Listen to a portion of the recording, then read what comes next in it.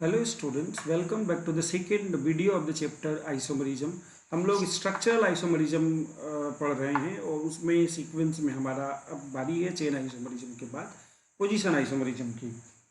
Position isomers जो हमारे होते हैं इनमें पोजीशन का डिफरेंस होता है सब्स्टिट्यूएंट्स का या फंक्शनल ग्रुप्स का। तो isomers which differ in position of substituents or the functional groups are called the position isomers. So this then becomes the definition of your isomers. तो इस चीज़ को समझने के लिए हम जो है सो एक एग्जांपल लें और एग्जांपल में से कि we are taking the butene. अब ब्यूटीन का जो आइसोमेरिक फॉर्म है वो क्या क्या पॉसिबिलिटी हो सकती है। तो एक तो पॉसिबिलिटी ये हो सकती है कि ये जो डबल बॉन्ड है इसको हम लोग टर्मिनल रखें, ये CH and then CH2 and then CH3, और दूसरा है एक CH3 और दूसरा है CH इधर और ये डबल बॉन्ड और CH3। पहला वाला जो कंपाउंड है इसको हम लोग 1 ब्यूटीन कहते हैं और दूसरे वाले को 2 ब्यूटीन कहते हैं। अब यहाँ यदि हम देखें तो इसका एक आइसोमेरिक फॉर्म और हो सकता है और ये दूसरा आइसोमेरिक फॉर्म ये हो सकता है हमारा CH3C और ये डबल बॉन्ड हमारा हुआ और इधर हो गया CH2, यहाँ एक मिथाइल ग्रुप इस तरह से अटैच्ड हो। तो हम यदि देखें तो यदि हम इसको 1 ब्यूटीन को लें और ये दूसरा 2 ब्यूटीन और तीसरा जो है जिसको कि हम लोग आइसोब्यूटीन भी कई बार कहते हैं। आइसोब्यूटीन बेसिकली यहाँ पे जो है सो चेन लेंथ में डिफरेंस है, इसीलिए 1 and 3 हमारे जो है सो चेन आइसोमर्स हो जाएंगे।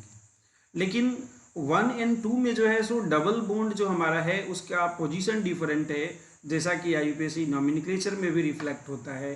पहले वाले को हम कहते हैं 1 ब्यूटीन या ब्यूट 1 इन और दूसरे वाले को 2 ब्यूटीन या ब्यूट 2 इन कहते हैं। तो because of the difference in the position of the double bond the 1 and 2 becomes the position isomers. लेकिन 1 and 3 एक दूसरे के चेन आइसोमर्स हैं और 2 and 3 भी चेन आइसोमर्स हैं।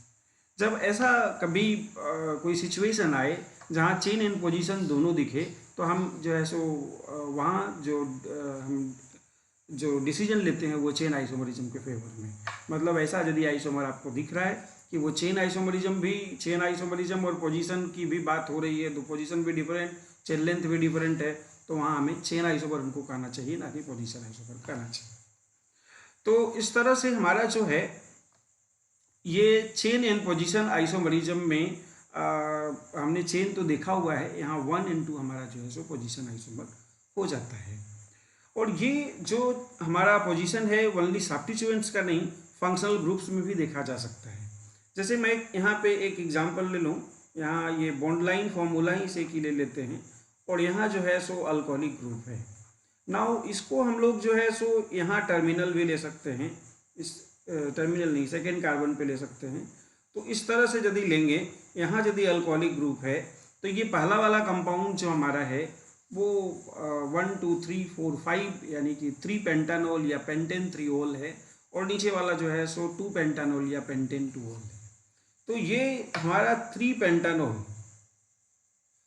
पेंटानोल या पेंटेन 2-ओल जो भी कहें, 3 पेंटानोल या और ये 2 पेंटानोल, यहाँ जो डिफरेंस है पोजीशन का वो फंक्शनल ग्रुप का यानी अल्कोहलिक ग्रुप का, ये दोनों कंपाउंड्स हमारे जो हैं सो ये पोजिशनल आइसोमर्स होंगे। एल्डिहाइड्स में जो है सो पोजिशनल आइसोमरिज्म नहीं होती है यदि ओनली एल्डिहाइडिक फंक्शनल ग्रुप हो, क्योंकि एल्डिहाइड हमेशा जो है सो वो टर्मिनल ही होता है।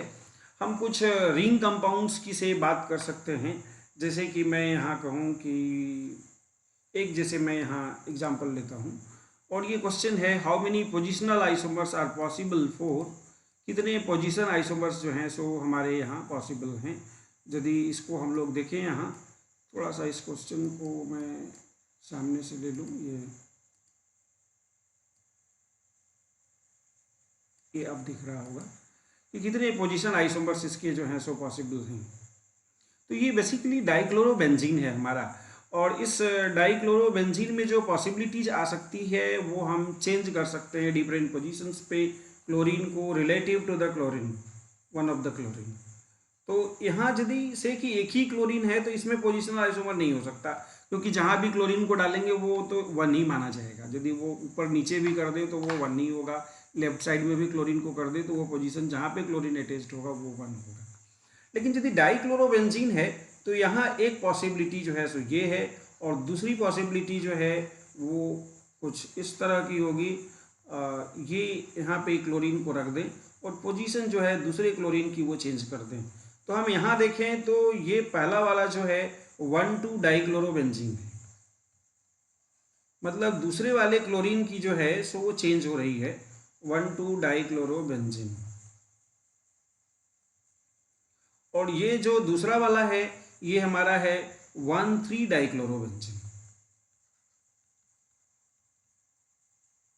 डाइक्लोरोबेंजीन। और इसके बाद एक और पॉसिबिलिटी हो सकती है, और ये पॉसिबिलिटी है हमारी 1,4 डाइक्लोरोबेंजीन। इसके अलावा और कोई पॉसिबिलिटी नहीं बचती। यदि आप चाहें कि इसे हम यहाँ लिख दें, से कि हम यहाँ लिख दें, मतलब ये क्लोरीन को घुमाते हुए हम यदि यहाँ ले आएँ तो ये कोई 1 के बाद 4 के बाद 1 5 नहीं होगा, फिर नंबरिंग इधर से स्टार्ट हो जाएगा 1 2 एंड 3, और ये 1 2 3 1,3 डाइक्लोरोबेंजीन ही होगा, ये सेम ये वाला। इसीलिए ये कोई नया कंपाउंड नहीं है, इसकी कोई पॉसिबिलिटी नहीं है। इसीलिए इसमें कितने आइसोमर्स पॉसिबल हैं, तो हमारे डाइक्लोरोबेंजीन में जो है सो 3 पॉसिबिलिटीज हैं, and this 3 are the position isomers. तो पोजीशन में यदि डिफरेंस हो फंक्शनल ग्रुप का या सब्स्टिट्यूएंट का तो पोजिशनल आइसोमरिज्म जो है सो एराइज होता है। नेक्स्ट हम लोग इसमें एक और क्वेश्चन लें कि हमारे पास ये कंपाउंड है कि नंबर ऑफ पोजिशनल आइसोमर्स इसमें कितने होंगे इस कंपाउंड में।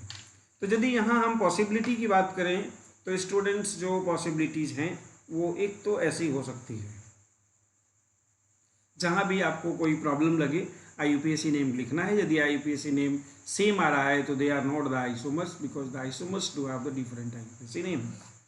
मैंने यहाँ कहा कि ये CH3 और दूसरा एक NO2, ये जो लिखा हुआ है वो से वैसे ही रहने दें हम, और एक तीसरा जो NO2 का पोजीशन है वो मैं यहाँ चेंज कर दूँ। मतलब यहाँ तो है ही ये वाला एक कंपाउंड हो गया और ये एक दूसरा कंपाउंड हो गया। तीसरे कंपाउंड की मैं बात कर रहा हूँ। तीसरा जो पॉसिबिलिटी है वो क्या हो सकता है कि हम लोग इसको यहाँ ले लें CH3, और ये है हमारा NO2 यहीं पे छोड़ दें, और इसके अलावे हम लोग जो है सो NO2 को जो है सो यहाँ ले लें। एक ये भी पॉसिबिलिटी है। और क्या पॉसिबिलिटी हो सकती है, मैं फोर्थ जो पॉसिबिलिटी है उसको यहाँ नीचे लिख रहा हूँ। जो फोर्थ पॉसिबिलिटी है उसमें हमारा जो है सो ये ऊपर में ये मिथाइल ग्रुप है, और नीचे हम लोग जो है सो NO2 को से कि यहाँ कर दें और ये यहाँ पे कर दें। तो यहाँ हम RFPD लगाते हैं, rule of first point of difference, तो ये नाइट्रो वाले साइड से नंबरिंग होगी। एनीवे तो एक और पॉसिबिलिटी है, फिफ्थ जो पॉसिबिलिटी अराइज होगी वो पॉसिबिलिटी कुछ इस तरह की होगी कि एक CH3 हम यहाँ रख दें और यहाँ पे एक NO2 रख दें और एक NO2 यहाँ रख दें, और ये फिफ्थ पॉसिबिलिटी है। और जिस हम सिक्स्थ पॉसिबिलिटी की बात कर रहे हैं वो कुछ इस तरह का होगा कि हम यहाँ पे ये तीसरा वाला जो है उसमें थोड़ा चेंज करके लेके आएँ कि ये CH3 है, NO2 जस्ट इसके पीछे है, और यहाँ जो है सो NO2 को हमने यहाँ कर दिया। तो इस तरह से जो हम आइसोमर्स देख पा रहे हैं ये इतने आइसोमेरिक जो है सो फॉर्म्स पॉसिबल हैं। इसके अलावे और कोई जो है सो नेक्स्ट नहीं आएगा। यदि नेक्स्ट आप लिख पा रहे हैं then for sure you should try writing the IUPAC name, but you will say कि इसमें से कोई एक रिपीटिशन होगा क्योंकि they will be sharing then the common IUPAC name. तो ये जो स्ट्रक्चर, डिफरेंट स्ट्रक्चर्स की जो पॉसिबिलिटी हैं उनको जो है सो आपको थोड़ा लिख करके प्रैक्टिस भी करना चाहिए जब चेन इन पोजीशन की बात होती है। तो इन पोजीशन आइसोमर्स में हमारा जो है सो पोजीशन हमारा चेंज होगा, फंक्शनल ग्रुप का पोजीशन हमारा चेंज होगा सब्स्टिट्यूएंट का।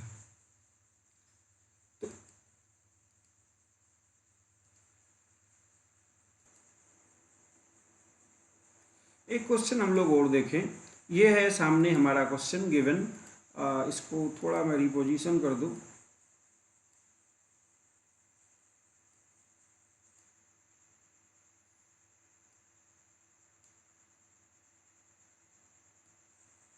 ये रहा question, how many positional isomers are possible for this compound the trimethyl benzene.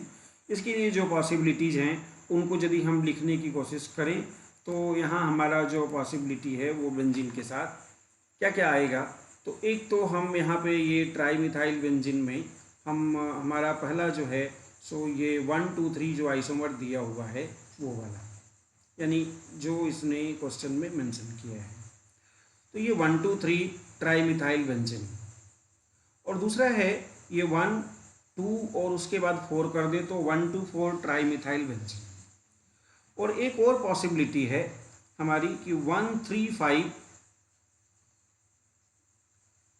1 है 3 है एंड 5 है, 1 3 5 ट्राईमिथाइल बेंजीन। इसके बाद आप कुछ भी लिखेंगे तो वो रिपीटिशन ही होगा।